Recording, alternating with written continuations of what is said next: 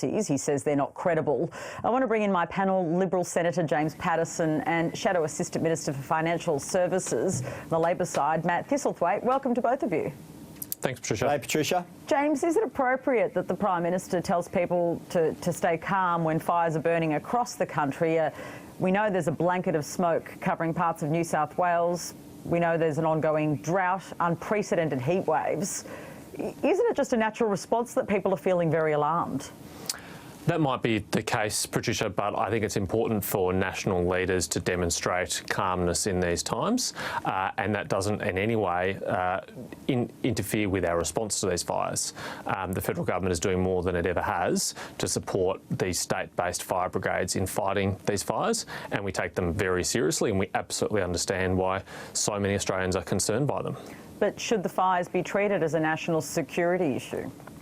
Well, I mean, that's a phrase. I'm not sure what it means, what the actual substantive... It's not just a phrase, because it is just actually about sort of a sort of national response. It's about elevating the issue and changing the way that we deal with these from the ways we've done it in the past. Well, I guess the question is, what are the specific policy levers that people would like the federal government to pull?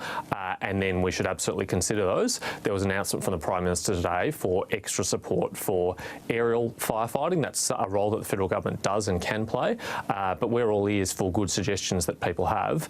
But designating something a national security issue or not, verbally, isn't actually going to make a tangible difference to fighting the fires on the ground, and that really has to be the priority. Matt, what do you make of the argument that James just made there, that it won't make a difference whether you call it a national security issue or anything else? Well, in these situations, Patricia, I think you need to accept the advice of experts. And for decades now, climate scientists have been telling us that one of the longer-term effects of climate change is going to be changes in trends in weather patterns, and we're starting to see that now. One of the consequences, they say, will be longer fire seasons and more severe fire seasons. You know, we had bushfires in Australia in July this year. We've only just started summer, and New South Wales and Queensland have been on fire for some months now. And when you've got the heads of the rural fire services throughout the country pleading with the government for some form of national summit to bring us together to look at the consequences of climate change and what it means for firefighting in the future, I think that the government should listen to that, and unfortunately they haven't been. James, I want to bring you back here because Jason Falinski has tweeted about this, saying climate change is contributing to the fire situation. And just a couple of minutes ago, actually, Malcolm Turnbull, the former Prime Minister, says, well said, Jason, all our steps should be practicable, but whether at home or abroad, we need to have high ambitions. We have the tech now to have zero emission, affordable, reliable energy. Do you agree with the former Prime Minister? I'll tell you who I agree with, Patricia. That's Joel Fitzgibbon, Matt's colleague, who in a Twitter exchange with Jane Caro the other day pointed out that even if Labor's climate policies from the previous government were still in place today, it would have made no difference at all to the bushfire season that we're currently experiencing. But I asked you about Malcolm Turnbull's contribution, that we have the technology now to have zero emission, affordable, reliable energy. Well, that's a nice sentiment, and I'm sure that Australia will get there as the rest of the world will in time. But he says the one thing we don't have is time. He's right, isn't he? We can get there in time, but we don't have the time. The science is telling us we just don't have the time. Well, Patricia, I think we need to understand that in this policy area, so as Malcolm Turnbull grappled with himself as Prime Minister, there are trade-offs. It would be nice if, at no cost at all, we could switch tomorrow to an emissions-free energy system. But that's not realistic. No one serious is saying that we could do that. It has real costs. That has costs for either people's jobs or for taxpayers. And so it's going to be a transition, and it's going to take time. And of course, we want that to happen as quickly as possible. But we also want that to happen in a way that is as conducive as possible to a continuing, strong, growing economy that supports people's employment. Matt Thistlethwaite, I'll bring you back in on this because the former Prime Minister has, as I say, just tweeted about that zero ambition. What do you think? Well, Labor at the last election had a very clear emissions reduction target. Sure, but you've dumped it, haven't you now? Well, no, we're reviewing all of our policies. It's about the philosophy that you take in government, Patricia, and when Labor was last in government, we took climate change seriously.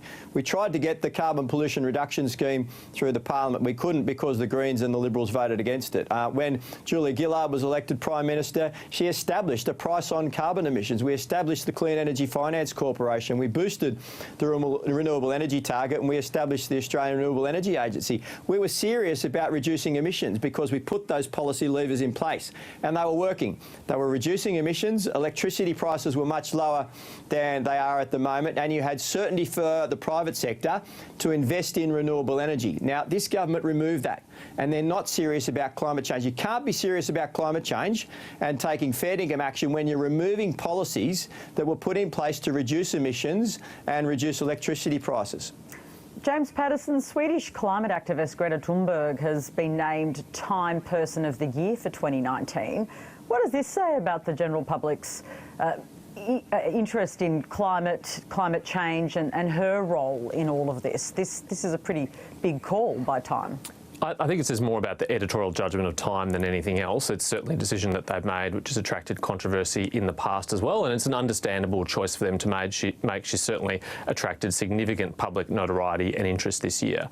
But if it was up to me, if I was on the Time editorial board, I probably would have chosen the Hong Kong protesters who've shown amazing resilience and courage and fight in what are almost impossible odds up against the Chinese Communist Party, and I think they deserve the world's admiration and respect. OK, well, you're not on the editorial board, but it is an interesting topic. Matt, do you think she deserves that prize or whatever it is, that acknowledgement?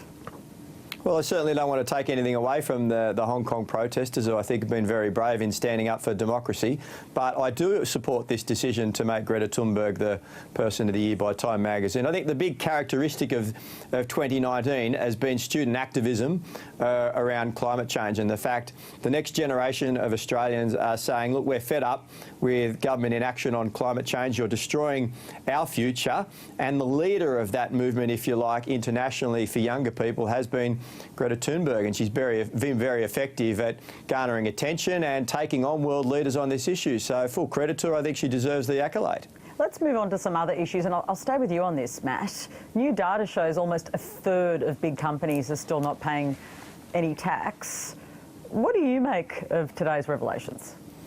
Well, it's important that this information is out there in the public domain. I think the Australian public need to know just how many large corporations in Australia get away with not paying any tax. And if you're a tradie that's working hard, you're a PAYG worker working for a particular company paying your taxes, they'd mainly see that as unfair that companies are able to, particularly big multinationals, shift profits overseas into lower tax jurisdictions to avoid paying tax in Australia. And that's why Labor, when we were in government, we introduced this legislation around tax transparency. It's just a shame that the Liberals teamed up with the Greens to reduce the number of corporations that are covered by it. But I think it highlights the fact that we've still got a way to go when it comes to ensuring that companies pay their fair share.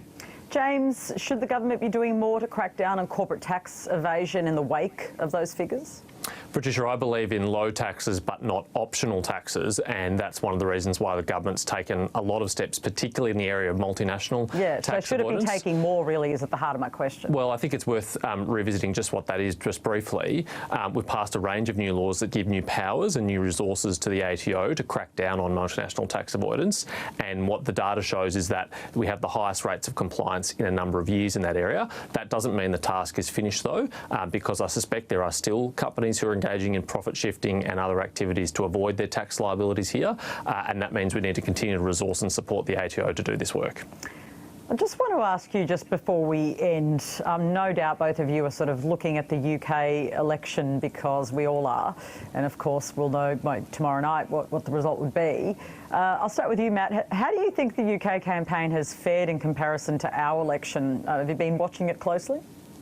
Yeah, I've been keeping an eye on it, mainly through social media channels, but it appears that it's been a similar campaign to the Australian one in terms of the intensity of it, particularly around social media. There's obviously some important issues that are going to be determined, the future of the national health system, transportation issues, but principally Brexit is the issue that's going to probably dominate. And the people that I know that are living in the UK are well and truly sick of the Brexit issue, and a country divided, and they're hoping that this election will produce an outcome where they can move on. James Paterson? It's a bit of a cliche to say that, every election is important and a fork in the road, but it's hard to imagine two more disparate policy agendas being put to the British people at this election, where it's Johnson versus Corbyn. They really have diametrically opposed views about the role of government and the economy, and certainly on the question of Brexit. So I think it'll be certainly the most important election of this year, and possibly the most important election of this decade, because it will choose whether the UK goes down a very radical different path if Jeremy Corbyn's elected. And I frankly just fear, particularly for the Jewish community in the UK, who polls show are living in fear at the prospect of a Corbyn Prime Ministership, and up to half of British Jews are contemplating leaving the UK if he wins. We'll leave it there and we'll see tomorrow. Thank you to both of you for coming in. Thank you. Thanks, Patricia. Liberal